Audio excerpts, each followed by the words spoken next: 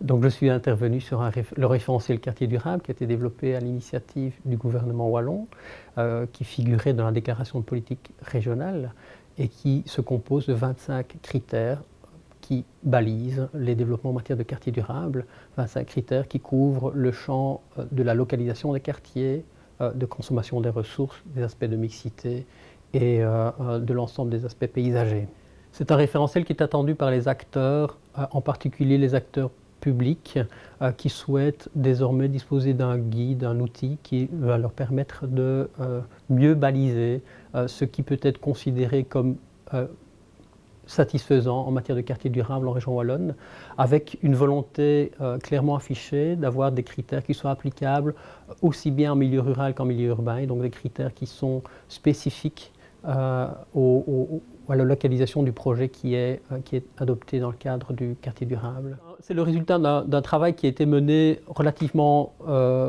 tôt par le gouvernement wallon. Il y a eu deux premiers guides qui ont été développés par le gouvernement wallon dès le début de la législature. Nous avons repris ces guides existants et nous les avons reformatés d'une certaine manière, de manière à clarifier très fort les critères, de manière à les rendre beaucoup plus explicites, utilisables sous forme de cahier de charge, en phase concours,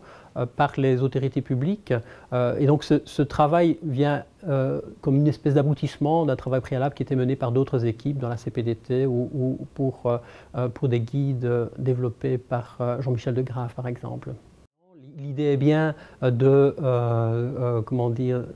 fournir des balises, un certain nombre d'éléments clés, de définir quels sont les critères à prendre en compte, l'ensemble des critères à prendre en compte, pas seulement les aspects énergétiques et environnementaux qu'on va très souvent traiter dans les quartiers durables, mais aussi des aspects comme des questions de mixité, y compris la mixité sociale, accessibilité aux personnes à mobilité réduite par exemple, donc avoir un panel plus large de critères qui, selon la volonté des autorités publiques, pourra ou non être utilisé de manière contraignante dans le cadre par exemple d'appel à concours, d'appel d'offres pour la mise en œuvre de terrains de foncier public. Donc à ce stade, au niveau de la région wallonne, il n'aura pas de valeur contraignante, il s'agit d'un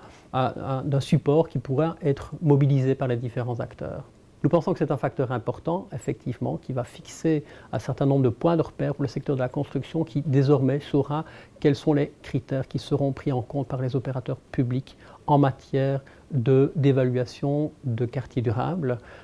qui seront désormais beaucoup plus explicites, et nous avons cherché à rendre cette grille d'analyse applicable en un temps raisonnable, une demi-journée, une journée, de manière à éviter de devoir avoir recours systématiquement à des outils trop complexes qui pénaliseraient l'implication de certains acteurs, en particulier pour des petites opérations telles qu'on voit se développer en région wallonne.